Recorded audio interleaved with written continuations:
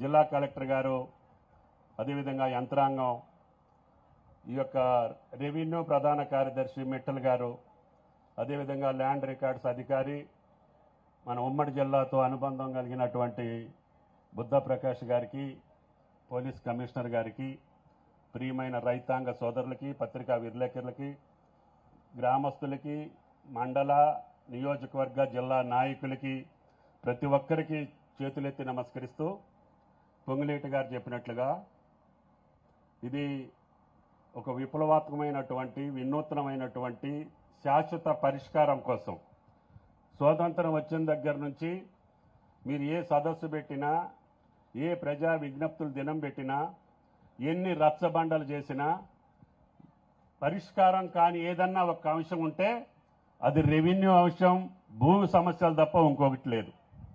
నేను కూడా మీ అందరి దయ వల్ల 40 సంవత్సరాలుగా ప్రత్యక్ష రాజకీయాల్లో ఉన్నా. అంతకుముందు రైతుగా కరణం గారి దగ్గరికి పుస్తకం పట్టుకెళ్తే కరెక్ట్గా మనకున్న భూములు రాసి రకం తీసుకునేవాడు. అప్పుడు నాకు పెద్ద తేడాలు కనపడలా. ఇందాక పెద్ద ఆయన ఒక ఆయన చెప్పాడు, ప్రతి ఊళ్ళో కూడా మిట్టల్ గారి దగ్గర కూడా లెక్క ఉంది. ఊరికి 200-300 ఎకరాలు కాదు, ఒక సర్వే నెంబర్లో 1000 ఎకరాలు ఉంటే 2000 ఎకరాలకి పాస్బుక్లు ఉన్నాయి. ఆ పాస్బుక్ల వల్ల బట్టి గారి మీద భారం పడుతుంది. ఆ పాస్బుక్లన్నిటికీ రైతు భరోసా ఇయ్యమని మేము దెబ్బలాడుతున్నాం. అసలైనోడికి రావట్లేదు, దొంగ పాస్బుక్ ఓడికి వెళ్తుంది. అది మిట్టల్ గారు, అదేవిధంగా బుద్ధ ప్రకాష్ గారు, రెవెన్యూ మినిస్టర్ గారి ఆధ్వర్యంలో ఇంత పవిత్రమైనటువంటి కార్యక్రమం, శాశ్వతంగా తెలంగాణ రైతులు ఊపిరి పీల్చుకునేటటువంటి కార్యక్రమం ఇది. ఎంత భూమి ఉన్నా కూడా పాస్బుక్లోనో లేకపోతే ఏదో తప్పు ఉండటం వలన ఆర్ఎం గారు చెప్పినట్లుగా నిద్రలేని రాత్రులు చాలామంది రైతులు ఈ భూమి విలువలు పెరిగిపోవటం మూలాన చెరువులన్నీ ఆక్రమించుకుంటున్నాం, పాత డొంకలన్నీ ఆక్రమించుకుంటున్నాం, రహదారులు ఆక్రమించుకుంటున్నాం.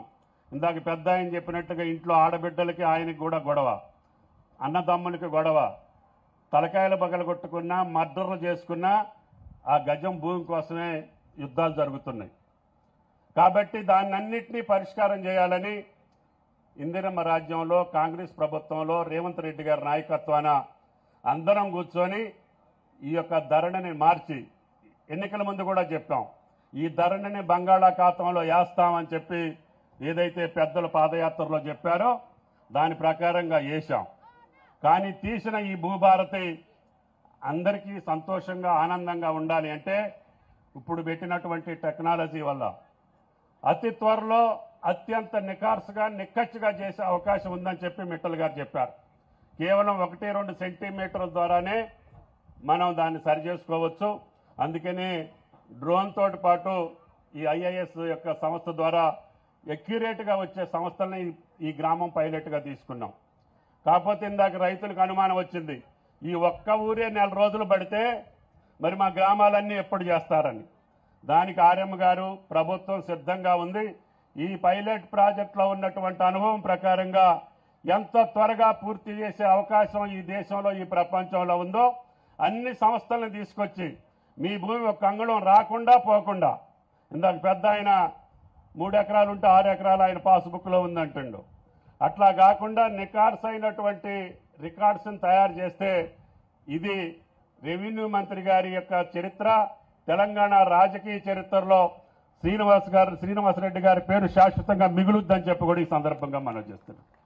అది రేవంత్ రెడ్డి గారి ఆధ్వర్యంలో, బట్టి గారి ఆధ్వర్యంలో మన జిల్లా మంత్రి చేయటం మనందరికీ గర్వకారణం.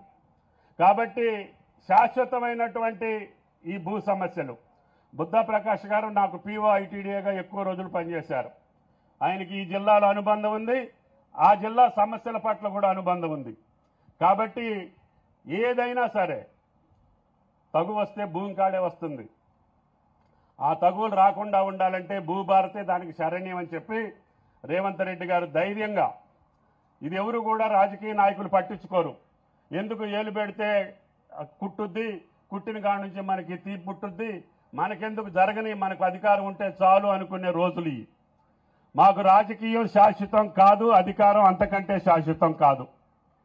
మీరు సంతోషంగా ఉండాలని ఏకైక ప్రాతిపదిక మీద అన్ని విషయాల్లో కూడా ధైర్యంగా ఏ ప్రభుత్వం ఎవరు తలపెట్టనటువంటి కార్యక్రమాల్ని రేవంత్ రెడ్డి గారి ఆధ్వర్యంలో మీ కేబినెట్, మీ మంత్రివర్గం, మీ ప్రభుత్వం చేస్తుంది.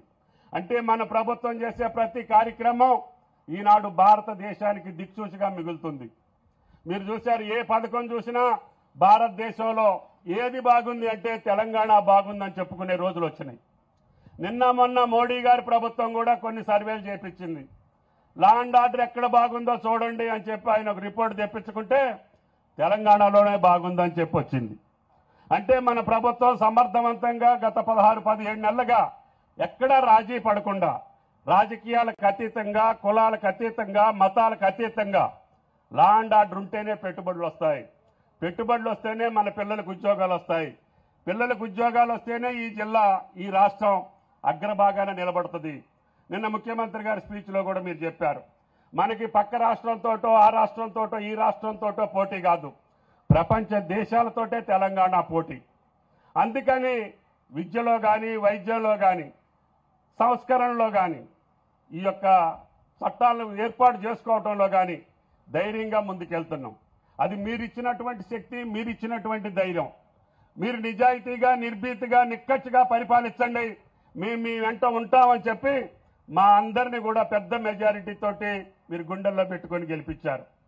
ఆ గెలిపించిన దానికి తార్కాణంగా మేము కూడా ధైర్యంగా ముందుకెళ్లాలని చెప్పి మేము ఇంటర్నల్గా మాట్లాడుకునే చాలా ఉన్నాయి. ఇప్పుడు కూడా